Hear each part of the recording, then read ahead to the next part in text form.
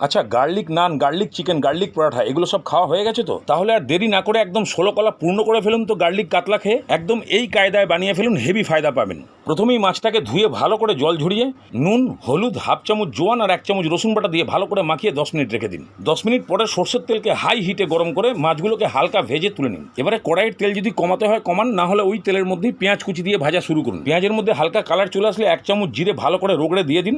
তারপরে পেঁয়াজটাকে একদম লাল লাল করে ভাজুন। এবার পেঁয়াজের মধ্যে 1 কাপ মতো জল দিয়ে 3-4 মিনিটের জন্য ঢাকনা দিয়ে দিন। পেঁয়াজটা নরম হয়ে যাবে। তারপরে টমেটো কুচি আর নুন দিয়ে ভালো করে ফ্রাই করে টমেটো যখন হালকা নরম হয়ে আসবে তখন 1 চামচ রসুন কাঁচা লঙ্কা বাটা, হলুদ আর ঝাল যদি আরেকটু বেশি খান তাহলে লঙ্কার গুঁড়ো দিয়ে খুব ভালো করে কষান অল্প অল্প জল দিয়ে। যত রাজ্যের সময় খরচা করবেন এই কষানোর সময় খরচা করুন। যত ভালো করে কষাবেন তত ভালো টেস্ট হবে। মশলা থেকে তেল ছেড়ে দিয়েছে, জল দিয়ে গ্রেভি বাড়িয়ে ভালো করে ফুটিয়ে দিন। ফুটে গেলে ভাজা জিরের গুঁড়ো আর গরম মশলা দিয়ে ভালো করে নাড়িয়ে চাড়িয়ে মাছগুলোকে দিয়ে 5 মিনিট ভালো করে ফোটান। বাস, নামানোর আগে সামান্য একটু ধনেপাতা ছড়িয়ে নামিয়ে দিন।